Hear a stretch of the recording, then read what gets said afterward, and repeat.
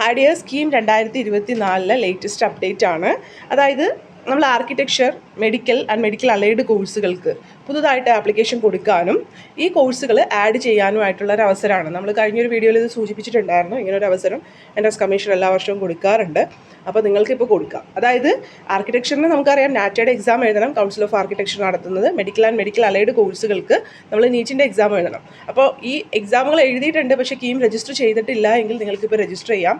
അതുപോലെ തന്നെ നിങ്ങൾ ഓൾറെഡി എഞ്ചിനീയറിങ്ങിനും ഫാർമസിക്കും വേണ്ടി അപ്ലൈ ചെയ്ത കുട്ടികളാണ്, പക്ഷേ ഈ കോഴ്സുകളിൽ എക്സാം എഴുതി ഇത് അപ്ലൈ ചെയ്തിട്ടില്ലായിരുന്നു എങ്കിൽ നിങ്ങൾക്ക് ഈ കോഴ്സുകൾ ആഡ് ചെയ്യാനും അവസരമുണ്ട്. അതായത് പുതുതായിട്ട് അപ്ലൈ ചെയ്യാനും ഓൾറെഡി അപ്ലൈ ചെയ്തവർക്ക് ആർക്കിടെക്ചറോ മെഡിക്കൽ ആൻഡ് മെഡിക്കൽ അലൈഡ് കോഴ്സുകളോ ആഡ് ചെയ്യാനും ഇപ്പോൾ അവസരം തന്നിരിക്കുകയാണ്. ഓർക്കുക, ആർക്കിടെക്ചറിന് നാറ്റയുടെ എക്സാം എഴുതിയിട്ടുണ്ടാവണം, മെഡിക്കൽ ആൻഡ് മെഡിക്കൽ അലൈഡ് കോഴ്സുകൾക്ക് നീറ്റും എഴുതിയിട്ടുണ്ടാവണം. അപ്പോൾ ഇനി നിങ്ങൾ സാധാരണ ചിലർക്കെങ്കിലും ഒരു ഡൗട്ട് ഇതിൻ്റെ ഇടയിൽ ചോദിക്കും, എഞ്ചിനീയറിങ്ങിനും ഫാർമസിക്കും കൊടുക്കാൻ പറ്റുമോ എന്നുള്ളത്. നമുക്കിനി സാധിക്കില്ല, കാരണം അറിയാലോ എക്സാം കഴിഞ്ഞു പോയി. നമുക്കിനി എഞ്ചിനീയറിങ്ങും ഫാർമസിയുടെയും നിലവിൽ പറ്റൂല. പക്ഷേ വേറൊരു കാര്യമുണ്ട്, നമ്മൾ ഇതിന് മുമ്പ് ചെയ്തിട്ടുണ്ട്. നമുക്ക് പ്രൈവറ്റ് കോളേജുകളല്ലാതെ നിങ്ങൾക്ക് ഗവൺമെൻറ് കൺട്രോൾ സെൽഫ് ഫിനാൻസിങ് കോളേജുകൾ, IHRD, ഇപ്പോൾ നമ്മൾ മോഡൽ എഞ്ചിനീയറിംഗ് കോളേജിലൊക്കെ IHRD ആണ്. പക്ഷേ അവിടെ ഈ പറയുന്ന ചിലപ്പോൾ നമ്മൾ ഉദ്ദേശിക്കുന്ന സീറ്റൊന്നും ഉണ്ടാവില്ല. അപ്പോൾ IHRD കോളേജുകൾ ഉൾപ്പെടെ, KEIPൻ്റെ അണ്ടറിലുള്ള എഞ്ചിനീയറിംഗ് കോളേജുകൾ ഉൾപ്പെടെ, KSRTCയുടെ അണ്ടറിലുള്ളതും അല്ലെങ്കിൽ യൂണിവേഴ്സിറ്റിയുടെ അണ്ടറിലുള്ള എഞ്ചിനീയറിംഗ് കോളേജുകളിൽ മാനേജ്മെൻറ്റ് സീറ്റിലേക്ക് നിങ്ങൾക്ക് കീമിലുള്ള കുട്ടികളെ പരിഗണിച്ചതിന് ശേഷം അവസരമുണ്ട്. കീമിൽ ക്വാളിഫൈ ആവാത്തവർക്കും കീം എഴുതാത്തവർക്കും NRI അഡ്മിഷൻ അല്ലാതെ, രണ്ട് ഫീസും തമ്മിൽ വ്യത്യാസമുണ്ട്. NRIയുടെ ഫീസ് കൊടുക്കേണ്ട, നിങ്ങൾ മാനേജ്മെൻറ്റ് സീറ്റിലേക്കുള്ള ഫീസ് കൊടുത്താൽ മതി. നമുക്കൊരു 65,000 മുതൽ 75,000 ഒക്കെയാണ് ആ ഒരു ഇയർലി ആ ഒരു ഫീസ് കൊടുക്കുന്നത്. മിക്ക കോളേജുകളും രണ്ട് പ്രാവശ്യമായിട്ട് 6 മന്ത് കൂടുമ്പോൾ നമ്മൾ സെം രജിസ്റ്റർ ചെയ്യുമ്പോൾ കൊടുക്കാനായിട്ടും സമ്മതിക്കാറുണ്ട്. അപ്പോൾ അതിൻ്റെ ഡീറ്റെയിൽ വീഡിയോ നമ്മൾ ചെയ്തിട്ടുണ്ട്, അല്ലെങ്കിൽ നിങ്ങൾ ചോദിക്കുക, നമ്മൾ പറഞ്ഞുതരാം കേട്ടോ. ഓക്കെ, അപ്പോൾ ഈ നോട്ടിഫിക്കേഷൻ ഒന്ന് നോക്കാം.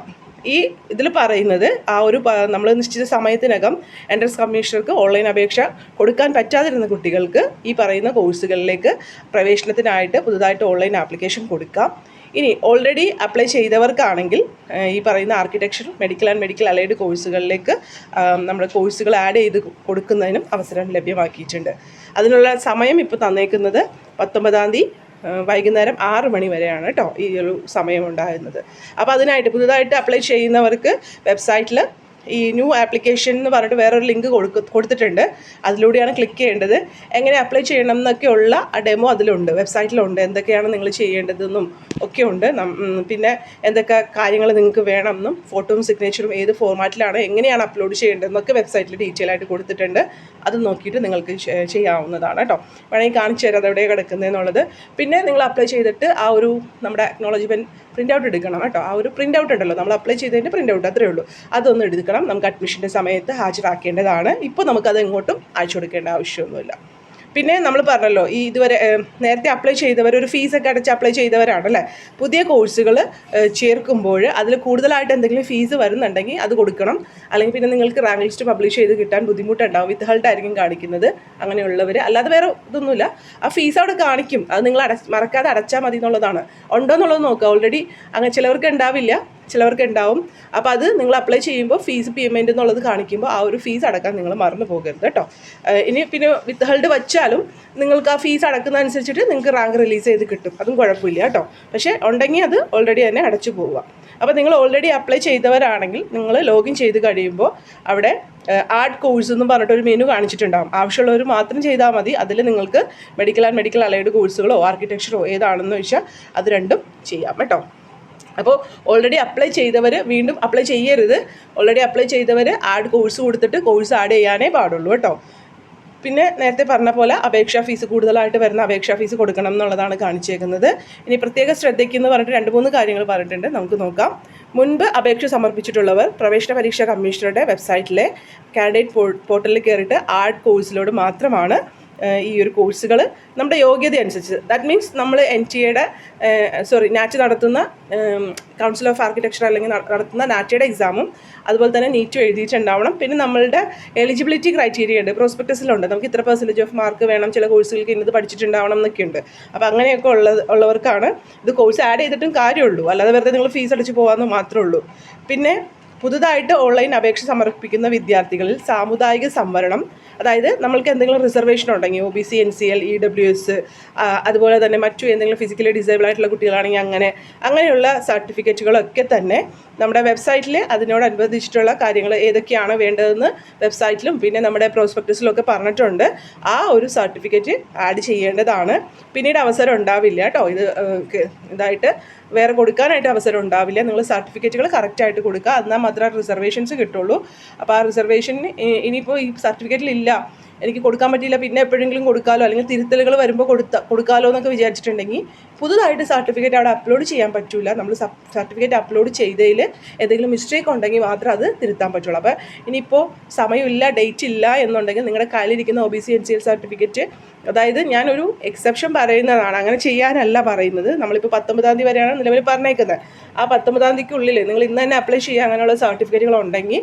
എന്നിട്ട് നിങ്ങൾക്ക് കിട്ടിയില്ല എങ്കിൽ ഇപ്പോൾ ഡേറ്റ് കഴിഞ്ഞു പോയ സർട്ടിഫിക്കറ്റ്, അതായത് വാലിഡിറ്റി ഇല്ല, അത് കഴിഞ്ഞു പോയി, അങ്ങനെയൊക്കെയാണ് എന്നുണ്ടെങ്കിൽ നിങ്ങൾക്കത് തൽക്കാലത്തേക്ക് അവിടെ അപ്ലോഡ് ചെയ്യാം. എന്നിട്ട് സർട്ടിഫിക്കറ്റ് എൻട്രൻസ് കമ്മീഷൻ വെരിഫൈ ചെയ്യുമ്പോൾ അതിൽ ഡിഫക്റ്റ് ഉണ്ടെങ്കിൽ അത് കാണിക്കും. ആ ഒരു സമയത്ത് നിങ്ങൾ കറക്റ്റായിട്ടുള്ള സർട്ടിഫിക്കറ്റ് അവിടെ അപ്ലോഡ് ചെയ്താൽ മതി.